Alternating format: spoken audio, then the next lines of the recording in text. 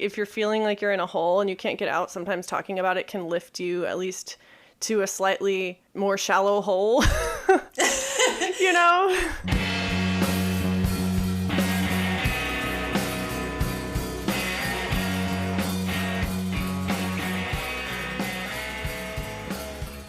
Hello, friends. Hello, friends. And welcome back to another episode of Pickles and Vodka. Why are we laughing so much at ourselves?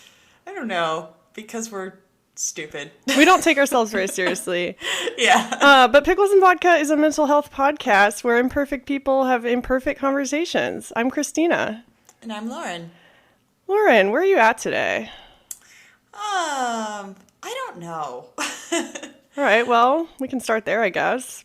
Yeah, I just feel like nothing particular has happened or changed. I'm just kind of even keel. I mean, that's not a bad thing. I think sometimes No, we don't appreciate those times when nothing is happening because we're so used to everything being like upside down all the time. That's why as soon as I said, yeah, like, I don't know, nothing's happened, then I was like, that's actually okay. I'm fine with that. Yeah. I've kind of also reached a point where I'm kind of numb. So last week I was really depressed, and this week I have also been very depressed. And so Thursday I actually talked to a coworker about it. I'm trying to advocate for myself, and I'll leave it vague for now, but I'm trying to advocate for myself more at work. And so there was the possibility of something changing, and then nothing happened. Like, nothing came of it. So, like, I went out on a limb and I talked to someone, and nothing's happened yet. Maybe that will change. But anyway, I feel really exhausted after that and just, like, numb. Yeah. Like, nothing's happening now, and I'm kind of relieved. I know. Sometimes after you, like, make a big, like, choice or decision, like, I'm going to do something for myself, then it's just kind of like, oh my God, that was so taxing. Can I not do anything for myself for another week? I know. Even sitting down to record this, like, I usually feel jittery before doing this and, like, a little nervous. But today I'm already just kind of deflated, but not in a bad way. Just like you said, even keeled. I'm ready to have a conversation. So it's my topic this week. Yes. You know, I feel like we're moving too fast. I want to slow down a little and read a lovely comment that one of our listeners left on our Facebook post. So we're both really bad at updating the social media. And in the past, I've done most of it. And it's like when I'm feeling depressed, I just don't do it. Anyway, we did like a little intro post this week where we talked about like who we are and for new listeners who are wondering. Yeah. And one of our listeners, Christine, who has engaged with us before in the pickle polls, commented on our Facebook, and it was so sweet. I just had to read it to you. So she said, "You gals make my Mondays better. I look forward to listening. I started following last summer, but I truly don't know how I stumbled upon you, but I'm glad I did. Thank you for sharing your lives with us." That's just what we want to do. I know, Christine, thank you so much. I'm still really embarrassed for thinking that you were a different Christine than I went to high school with. We won't talk about that anymore. I also liked whoever left the comment on our Twitter that called us an iconic duo. Oh, yeah. That made me so happy. I feel a little bit of an imposter when someone calls me that. I liked it. I don't know how to respond to compliments, obviously, just dead air. Yep. I'm trying to think of anything else. I know. This week I got to tell someone on Instagram what body checking was. Oh, okay. Yeah. So there's this photographer. Oh my God. I'm trying to pick up my phone and my fingers are all sweaty because, you know, I still get nervous before recording this podcast. I've been doing it for 4 years. Right. There's this photographer I follow, and she posted this nude. She has scoliosis, and so, you know, a lot of her work tells the story of her scoliosis journey. And she posted a screenshot of someone who said, "This is an obvious body check. I'm unfollowing you," essentially. And in the comments, I noticed a few people were asking what that was. And even the photographer was like, "I don't know what that is." Yeah. And so I'm so proud of this comment. I didn't realize that, like, people didn't know. I mean, I kind of understand. I would be surprised that so many people like rang in, like, I don't know what this is. Well, yeah, if you don't know, so here's what I said. Body checking, at least in my experience, refers to the practice of taking photos of your body to combat dysmorphia caused by eating disorders. Like, I think I look one way, here's a photo to prove to myself that I don't. It can be toxic because some people, again, me in the past, will post them in places where more vulnerable people might see and be triggered because of the way they make them feel about their own bodies. Source: had bulimia for 16 years and was active in online communities, so this is very common. I remember joining Peach in like 2017, and Peach is the underground eating disorder community where Lauren and I met. Yes. I remember joining, and I didn't know what body checking was. And I remember seeing people post them, and it was kind of triggering, but like that's what I wanted back then. Like I wanted the motivation, you know? Yeah. And also, I think to a degree it can be refreshing to see people post, like you can use it as a tool to process like your feelings about your body, and like it does help sometimes to see, okay, this is what I look like.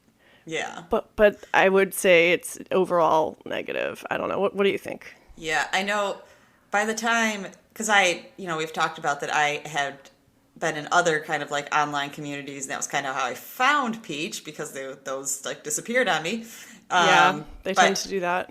Yeah, definitely by the time I got there, I know that I was just totally over it. I was just kind of like, yeah, I know what you're doing. I know that you're begging for attention, and I don't think that's wrong, but that's not the kind I feel like giving. But I'm trying to remember, like when I first found out what it was. Because definitely in past communities that I was in, it was either like, I'm going to like search out all of these because I specifically want to trigger myself, or I'm just kind of involved in your journey. I don't know. Sometimes, it was positive or negative. As with everything we talk about on this podcast, there's a lot of gray areas. And I mean, who are we to determine whether something's good or bad? We're just here to talk about it.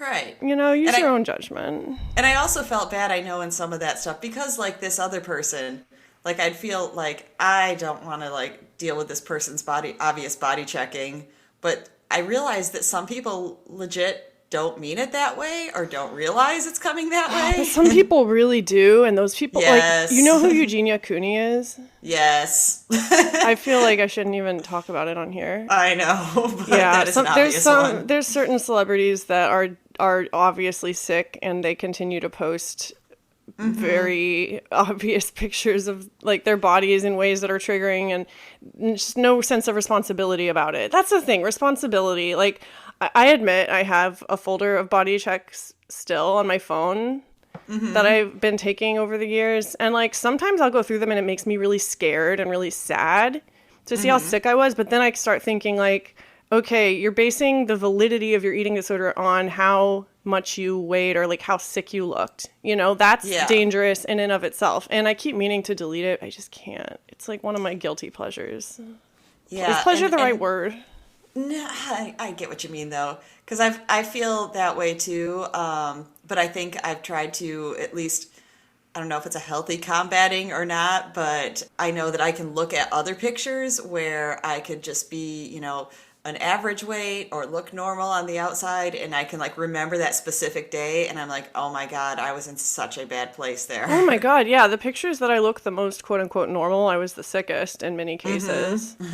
And again, we can't say it enough on this podcast. Your weight is not necessarily an indication of the severity of your eating disorder. Like at the end of the day, weight can be a symptom, or like I don't know, it can be an indicator, but people should not go just by weight. It's ridiculous. But I definitely feel like those pictures are actually the ones that hit me harder today, because it just kind of, I mean, it's almost like a flashback. It's like it puts me back there, and I'm just like, oh my God, that was a terrible time. Were you looking at old body checks today?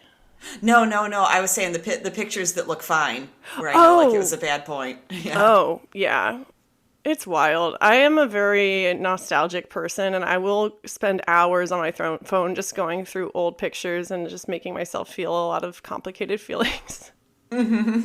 Me too. Though also another thing I found is around like I feel like 2:30, 3 o'clock, I'm going to get out of work at 4:30. That's when I start like missing my animals.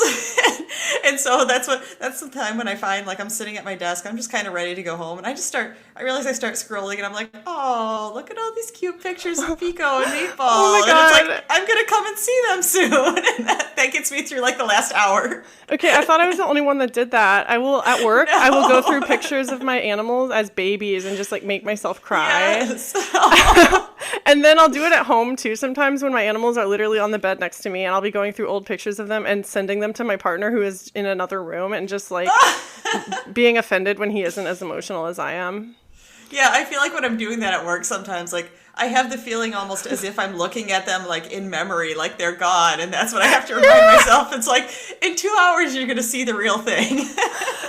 I don't drink alcohol anymore and text people drunk. I will text everyone I know stone cold sober endless pictures of my cats, and they're annoyed with me for different reasons now. Like, look at this picture of her from 2 years ago. Why don't you love this as much as I do? Yeah. I mean, we have Instagrams for our pets. We're pretty bad. Yes. We're pretty bad. At Ruby and Little Fang, those are my cats. Go follow them. Yep. I mean, I feel like Pico Suave is iconic because that's just who I communicate on now, but big news, I gave Meatball his own. It is Meatball Little Monkey. Oh yeah, Meatball Little Monkey. I'm excited to follow. Mm-hmm. He's still growing up. Yeah, he's only like 10 months now. Oh, we love cats and dogs and everything. We're a pet-friendly podcast. Yes. I guess we should get into the topic. Okay. So, like I said, I've been feeling really shitty, and I've been doing everything I can to get out of this hole, and nothing seems to help. And I feel like a lot of us are stuck in this area where we might know what we need to do to get out of it, but we can't do it yet for whatever reason. Maybe it's internal. We just don't have the strength, the spoons, if you will. Yes. Maybe it's external. Like, I'm trying to think of an example. I don't know, healthcare. It's like, sometimes you're on waiting lists for months and you've done all you can and it's literally just a waiting game. So like my topic today is how to help when everything sucks. And I think it could be useful because I think a lot of us are either in the position where we are the person who needs help, but nothing helps, or where we want to help a friend who's struggling, but literally nothing helps. And we might feel like there's nothing we can do. And so I wanted to spend some time talking about what has helped us, but I also want to talk about like what doesn't help. Because I feel like people should know that too, because there's a lot of things like you try to do that end up hurting worse. And a lot of it is so innocuous. Like most of the time it's well-meaning. Exactly. I mean, I've got something right off the bat for that. Tell me. I knew you would have a lot of input. Which is when you're just like struggling with something that is like just kind of like that, like a mental health thing that's just sort of an amorphous problem. And immediately the person wants to find a way to fix it. Yeah. I mean, that is the number one thing in my notes that keeps coming up is trying to fix it, like offering a solution, whether it's like whether it's an outright solution or like one of the things I wrote down was when people give you an influx of suggestions, but they don't give you a clear path to accomplish them or they don't offer themselves like to help. You know what I mean? Like, so we have talked on the podcast before about having undiagnosed ADHD, and speaking of something that takes forever to get diagnosed with as an adult, right. I mean, even with health insurance, which I don't have. So that's been my journey over the last few months, is just like opening up to the idea that I probably have ADHD and like looking into ways I can treat it. And it's very depressing because there aren't a lot of options and nothing seems to really help right now. Yeah. And so, one thing that does not help is when people give me a lot of suggestions, because as someone who probably has ADHD, it's too much. I don't have the focus to narrow them down, and the steps to getting them done are so numerous that like it's so hard to narrow down on one thing. Like, I need someone almost helping me every step of the way. Yeah. And it's just, it doesn't help, and it makes things even worse. Yeah, I feel like as far as me, I mean, I've gotten some things that I can do with health insurance, but they're just kind of like really general. Like, you can look up all of these things and try this. And I'm just kind of like, I need somebody to actually like make the appointment for me and say, go to this place at this time. Yeah, exactly. And I mean, we're adults. We're established adults. I'm 30 or 42. Like, yeah. We shouldn't, at least this is what I tell myself. I shouldn't need someone to help me at this point. But the fact is, like, I do. I feel like so underdeveloped in so many ways. Like, in many ways, I feel like I am redoing my early 20s. Yes. And I don't know how the world works, and I don't know how to use the resources available to me. No one teaches you that shit. No, I mean, I've talked in the past about my struggle with going through like any kind of healthcare because my family pretty much just like shunned it when I was a kid. So yeah. I didn't even witness it. So yeah, I feel like I've just been plopped down like somebody who is like 21 and suddenly off their parents' insurance for the first time. And it's kind of like, I got to figure this all out. Exactly. I mean, now it's like I'm actually double that age and I'm just figuring it out. I'm low-key jealous of my siblings who are under 26 and they still have my parents' health insurance. Like, I tell them all the time to take advantage of it because, like, what I wouldn't give to be in their shoes. Yeah.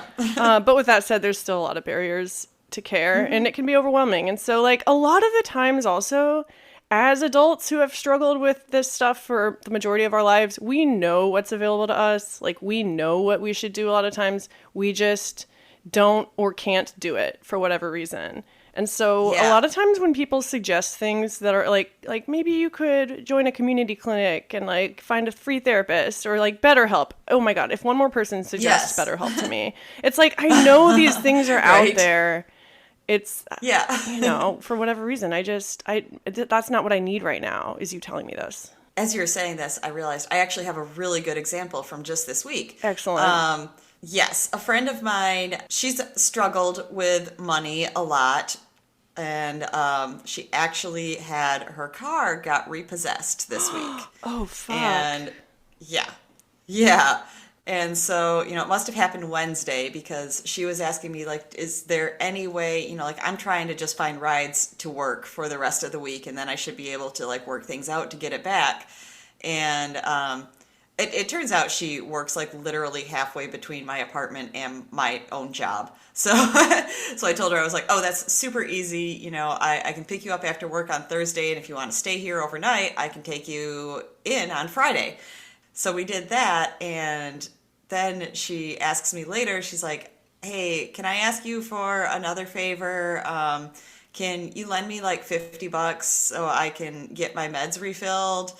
And, you know, I can pay you back as soon as I get, like, my taxes in. And, you know, like, going back to another episode of Boundaries, I mean, this was really uncomfortable for me. But I know I had to say, like, hey, I'm really sorry. But, you know, like, it's not that I don't trust you, but I have gotten burned in the past kind of recently where I lend money and never get it back. And also I have, like, these huge car repair bills. So I can't just be, you know, like, throwing money around if I don't know when I'm getting it back. And she totally understood. But when I was saying this, then what I wanted to do is tell her why not and say, would you be able to ask like a coworker or someone else to lend it to you? And as I was about to type that, I was like, you know how shitty I feel when people say that to me? You know, like I can understand the I'm sorry I can't, but then they're like, why don't you try and do this instead? And I knew I hate that so much. So I was like, don't say that part. And what happened is she comes back and she's like, hey, you know what? A coworker was actually able to lend me the money. Oh, like, good. That worked out. You found that out on yourself. I did not have to be the one that's like, let me tell you this like a mom. Why don't you try this? I just feel like sometimes, someone is just like so insistent for themselves. It's like, I gotta find a way to solve this. If I can't do it, I gotta find their other solution. Where, like you said, we are adults, and we should find it by ourselves. I think you handled it perfectly. First of all, and it turned out okay. But if you are going to offer, you know, alternative solutions, maybe take it a step further and be like, do you want me to text this person or something like that? Like, offer an action that you can do rather than just being like, you can text this person. Be like, I think, I have so-and-so's number. Do you need it? Or I don't know. That might be crossing a boundary too. Yeah, but I mean, I would say maybe just kind of ask them more is what I was thinking, like, would you like me to talk to a mutual friend, or you're fine with saying no? Yeah, I mean, first things first, I guess, is just knowing what the other person needs, or if you're the person who is struggling, like knowing what you need. Because then that person could have answered like, yes, that would be great if you would help me out and do this, or say, no, I'll try myself. Exactly. Yeah. Like, what do you need? Most of the time, it's just like someone to listen and to be available, frankly. And that is the thing that is really hard for me to ask for. Because, as we know, being available in my life can mean different things. But if I don't sense that a person is available to me, maybe not physically, but like emotionally available to me, I won't talk to them about my struggles. Like, I'm not going to ask them for help. And most of the time I'll put a wall up, Yeah, I don't mind so much asking people, like if I am dealing with something, like, hey, can you listen to me for a moment? But what I am not good at is the afterwards. I can say like, hey, can you listen? But I can't say like, and in response, I would like advice, or in response, I would just like you to sit there and listen and be empathetic. I don't want advice. Yeah. Sometimes I just need a distraction, honestly. Yeah, absolutely. And I don't do that enough where I explicitly ask someone for a distraction. I think I could save a lot of time if I just was like, hey, I'm feeling shitty. I need to be distracted. What are you doing right now? Or like, send me a meme. I don't fucking know. I'm really bad at doing this. Yeah, that's actually something that I think is really good. The drop-in, or the online drop-in support group that I go to sometimes, I know the person that moderates that often suggests everyone has their time to talk, and she says, afterwards, like, do you want like some suggestions? Do you want advice? Do you want people to just relate? Do you just want them to listen and not say anything? So she kind of like really like pushes you saying that first of all, like what you're going to want from it. Yeah. And I mean, that's a great first step, is just answering that question. What do you want from it? Yeah. Because then some people start where they're just kind of like, hey, I don't really want advice, but I'm just going to talk about where I am for a minute, just to be heard. Yeah, sometimes that's all you need. Like that, even though it is not a solution in and of itself, I think it can be a solution, at least a temporary solution to the way you're feeling. Like if you're feeling like you're in a hole and you can't get out, sometimes talking about it can lift you at least to a slightly more shallow hole, And something else I'm thinking, like particularly people that are like dealing with some pretty intense depression, a lot of times you don't want the advice because you're going to hear it and think like, oh, great, another thing I can't do. Okay, so that is another thing on my list that doesn't help, is when people are certain, like acting like they're certain they know what'll fix me, or they're certain they know what's wrong with me. That is a big one, when people act like they're certain, because the thing is, especially when you're depressed, nothing is certain. So I almost did this episode on uncertainty, and I might, later down the road do an episode on this, but just when you feel like nothing is certain, and then you have people in your life who are, quote unquote normies or whatever, and they're telling you these things that like everyone deserves proper health care, or like, you deserve to ask for help. You can get through this. This is going to pass. Things like that. Yeah. While certainly helpful, I think I immediately distrust it. And that in turn leads me to distrust that person, even if I don't realize I'm doing it. I mean, we have anxiety. I was listening to a conversation that I had with my ex-boyfriend and former guest, Andrew, and he defined anxiety as intolerance of uncertainty. And I think like part of us wants to feel certain, but but there's also a part of us that has been shaped by our experiences that won't let us feel certain about anything. I don't know really where I'm heading with this conversation. What are your thoughts? This might be a loose relation or it might be a good one, but I just kind of want to share this because I feel like it's the best metaphor that I ever came up with in my life. Oh my God. You've set yourself up there.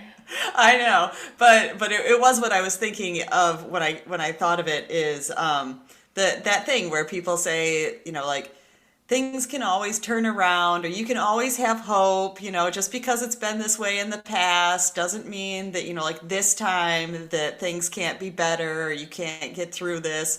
And I said what it feels like when people keep telling you that and it just does not work out over and over is if somebody had two boxes and they tell you, I put a red marble in one box and I put a green marble in another box. And they kind of, like shift them all around and they say, pick one and you pick it and there's a red marble. And they keep doing that over and over again and saying, pick a box and you keep picking it and it keeps being the red marble. And you start to think, is there really a green marble? Oh my God. That's such a great metaphor for like how I feel about mental health. Yeah, because it's like people keep telling you, like, actually, there's a red marble and a green marble, but you just keep picking the same one. You're like, I don't think there is. Yeah, I feel like someone's tricking me here. Like this is a shitty deal. Exactly. That is so good. See, I told you. It's really good. Yeah, it's like I don't know. I'm still thinking about that marble metaphor, honestly. I feel like I need to sit with it for a second. Yeah. Yeah. So, like, we've established what doesn't help. What are some things that do help? Like, we've talked about being available. Like, what does being available mean to you? Like, what is it that lets you reach out to someone and not another person for help? Like, when you're struggling? I don't know. Something that helped me, or just, like, I don't know, was a good response recently, and I really need to respond to this person because I really meant to. I put out, like, maybe a month or so ago, I very rarely post on my Facebook, and I just posted something that was, just kind of like, I don't really say this much anymore, but I'm just kind of having a shitty time, and if anyone's available to talk tonight, and I even put it out there because I feel like I've done this before, and I get people, like, responding the rest of the week, and I just said, like, I'm having a rough time tonight. So if you're available to talk tonight and wouldn't mind, that'd be great. But just so you know, I'm probably going to like feel silly about posting this tomorrow. So don't bother later. It's just if you're available tonight. That makes sense to me. Like, that's smart, honestly. We've talked about it in a recent episode. Yeah, because I feel like that's what's happened to me before is someone, like, I can't tonight, but, like in 2 nights, I'm available for you. And I'm like, in 2 nights, I'm going to feel like, why did I even say this? Well, that just proves what we were talking about earlier, which is that we know that it'll pass. We don't need to be told that it'll pass because we already feel silly for feeling this way when we know that it's going to pass. Yeah. But so some friend sent me a message that I felt like was a way to do that, but was like the perfect way to do that. It was not in response. They just sent me a random message and like a cute video and was just like, hey, I thought you could use a pick-me-up today. Aww. And I was like, that's so nice. That makes me feel like you read this, you saw that sometimes I'm having a rough time and struggling lately, but you didn't, like set a timer on it or say, like I can't do this right now. It was just thinking later like, oh, she's been having a rough time. Maybe I should just like randomly put something out there. Listen, memes are a secret weapon. Like I have an arsenal of memes that I can send out to anyone at any time. If you need a meme, just message us on Instagram. No context needed. Just be like, send meme, and you'll get a meme.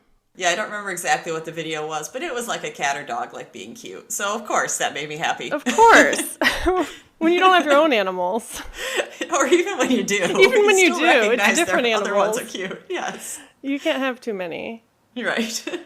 I'm trying to think if there's anything else that, like, definitely helps and then definitely doesn't help. Because there's a few things I have on my list that are, like, gray areas. Mm-hmm. Like, depending on your situation, they can help or not help. Oh, yeah. So, like, in addition to being available, I think one thing that helps is when people like can do activities with me. Yes, like you said, Distractions. So great. And especially activities that are like, this might be a push to ask for, and like maybe it'll take a while to get to this point where you can do this with someone, but regularly scheduled activities. So like this podcast, for instance, every Saturday, I know I have a commitment to show up at 11:30 and do this with you. That helps a lot. When it feels like nothing else helps, I at least have that thing I can know that is going to happen, and I can look forward to it or whatever. Sometimes I feel like I get nervous about it, but again, it's like something that I've committed to. And especially if you're someone who deals with suicidal ideation or like chronic depression, like those things are so important. Yeah, when you were saying that, like, something that I often find myself looking forward to, at least when the day comes around, is having a therapy appointment scheduled. Oh my God, yeah. And that's why it was so detrimental when I had the one that kept canceling all the time. Oh, that because is... I would, especially because it was usually like last minute. It would be like that morning or sometimes that afternoon of the appointment. And I would have like, on that day, I'm building myself up, I'm preparing, and I'm just thinking like, what has happened in my week that I want to talk about? Like, oh, it's going to be so great for someone to listen to this. And then, yeah, I get like, oh, it's canceled. See you next week. Yeah, I think like this needs to come with a disclaimer. Like if you are someone who is trying to suggest activities for your friend who's struggling, only offer if you know that you can do it. Only offer if you know you're going to follow through, because I mean, I'm a flaky person. I'm guilty of making plans and then canceling, or even with myself. I will make plans with myself that I will cancel on all the time. Me too. And it's like, maybe don't do that if you're not going to follow through, because that just makes it worse when you're dealing with the guilt of flaking or the guilt of like being flaked on in the midst of all this shittiness. And also, just a side note on, like the topic of having some things scheduled. Just wanted to say that one of our favorite listeners, Vicky. We love Vicky. Vicky shot the photos and the video from our in-person episode, and I know that we haven't posted that full video yet. I've been depressed. I have not worked on it. Right. It'll come eventually. But some of the photos that we just recently posted were shot by her. Yeah, shout out Vicky. Vicky, we love you. But so she invited me, and we're doing this every 3 weeks because a lot of us don't live near each other and it's kind of some traveling. But I have started in my first D&D group and I love it. Oh my God. How many of you play? So we just did, like the initial planning session, and then we had our first real session here like a week or two ago. Is it at your apartment? We did it at my apartment this last time, but we're doing it at everyone's because, like I said, she lives like an hour away. I think another girl is kind of in between us, and would be like a 45-minute drive. That's another reason that Vicky is like an OG pickles and vodka fan, an OG hot and spicy pickle. She drove so far to come hang out with us, and then she spent the night, and then she drove back in the morning. But like, I feel like we don't talk about how awesome Vicky is enough on here. That's probably true. But yeah, that's awesome, dude. I've thought about getting into D&D. It was really fun. I killed something nasty. Nice. Sounds cathartic. Yeah, I didn't quite understand, but it sounded like, a house centipede if they were 6 feet long. Is it like a medieval world that you're in? Like, is it? It is kind of like a fantasy type world. What's your character? So I am a cleric. So you're like a priest? Kind of like I'm a new cleric, so I'm kind of, like somebody that's just entered into their church or whatever and is kind of learning and kind of questioning. Do you have magical powers? Not yet, but I guess there is the opportunity that I could have some. I have to admit that I picked this character. It turns out that there is, because they said like, oh, they worship like a single god, and I didn't realize it was already chosen for me. I wanted my god to be the Chihuahua of Chaos. And I keep stating that over and over. I'm like, I'm going to defect and worship only the Chihuahua of Chaos. Yeah, can't you convert? Right? Is that not allowed? I don't know. Maybe when I get further in. Wait, so what is your deity now? Your assigned deity? I don't know because, I just like went on the adventure with my friend. So I just kind of like said, peace out to the monastery. You just know it's not the Chihuahua of chaos. It is not, unfortunately. I would maybe be into that. Yeah. I'm a pretty agnostic person, but if it was the Chihuahua of chaos, who wouldn't be on board? Exactly. Okay, so there's a lot of things that you can do to help someone when nothing helps that for some people might help and for other people it might make worse. And I wanted to talk about those things. So I was asking my partner Brett what his answer to this was. Like what helps when there's no solution and you're just stuck in your feelings. And his first answer was weed.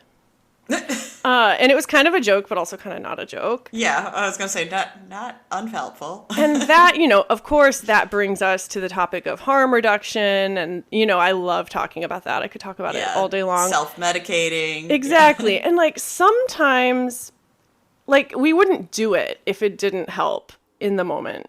But obviously, if you keep doing it, it can make things worse and keep you stuck in that hole.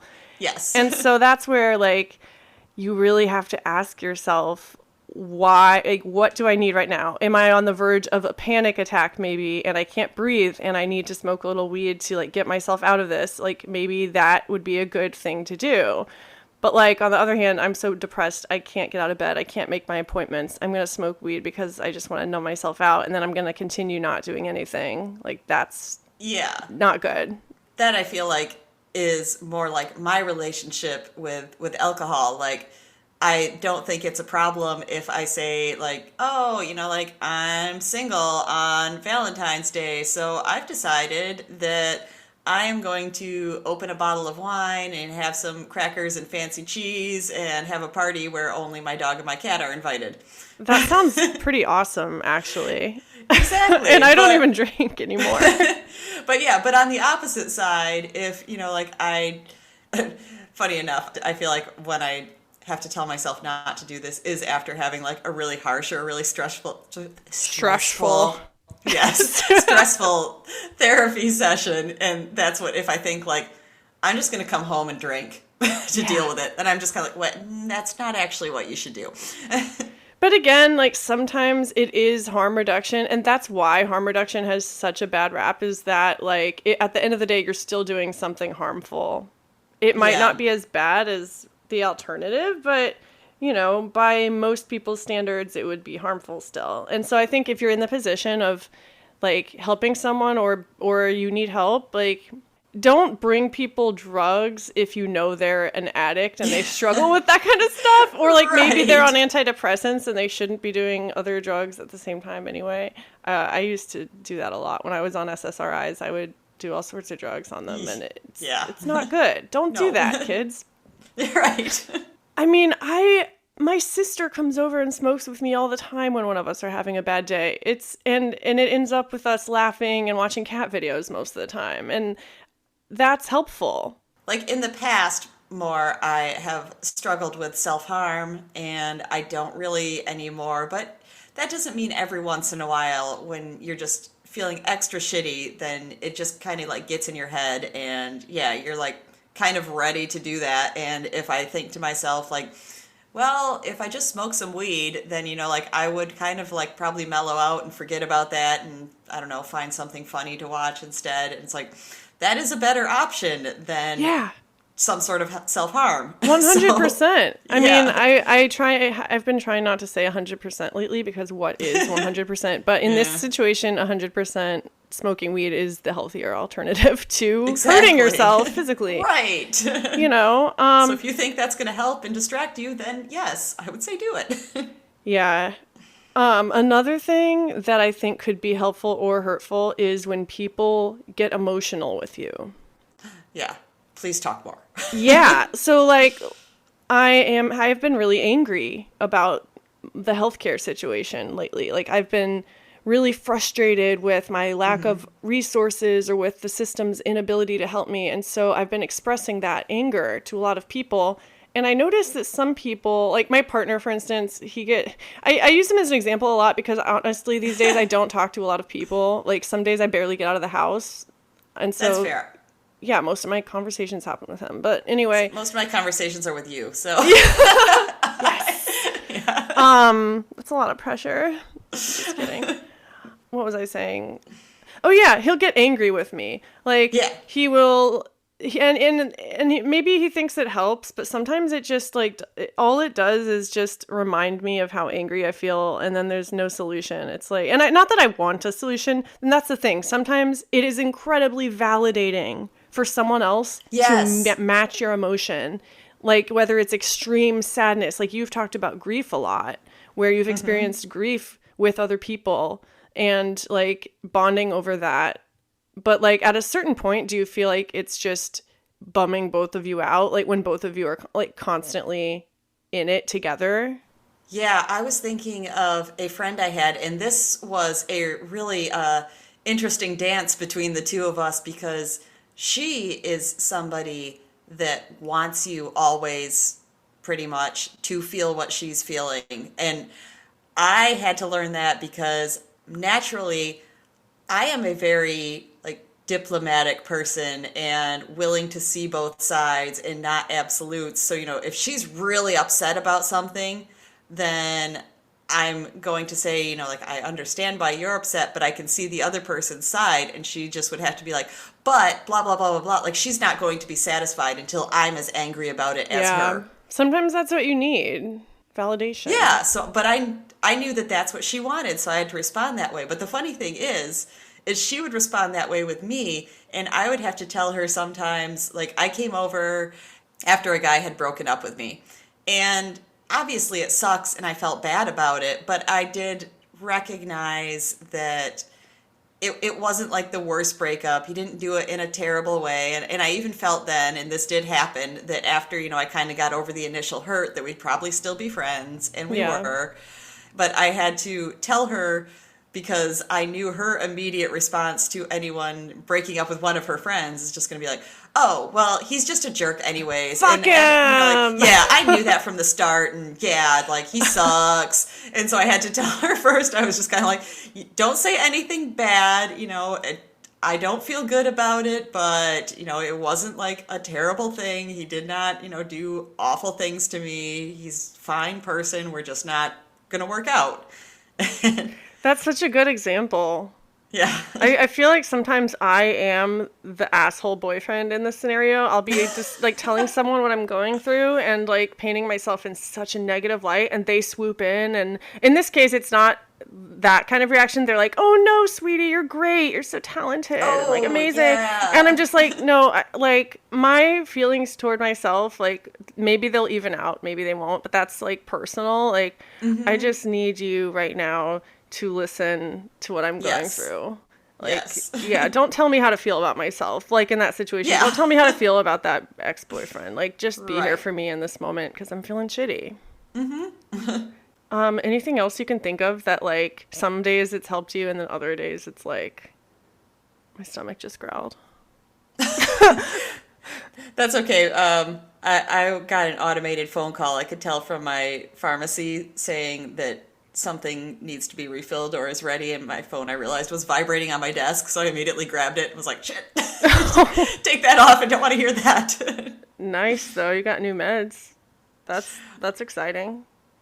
Yeah, I actually did yesterday. This is a really frustrating thing because I have been seeing a psychiatrist and we're trying to figure out something that works.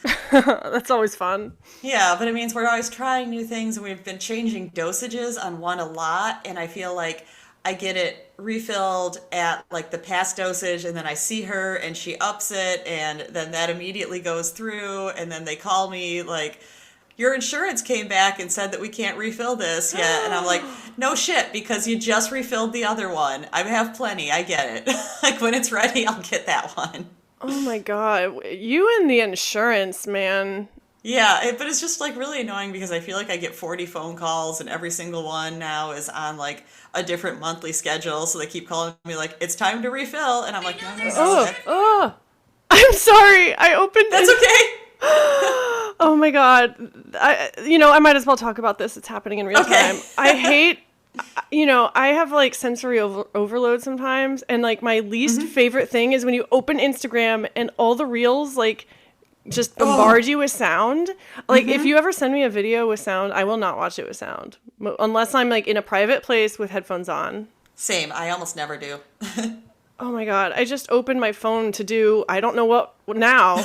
I literally don't remember what I was doing because I opened Instagram and that video just started playing while we're recording. Oh, my God.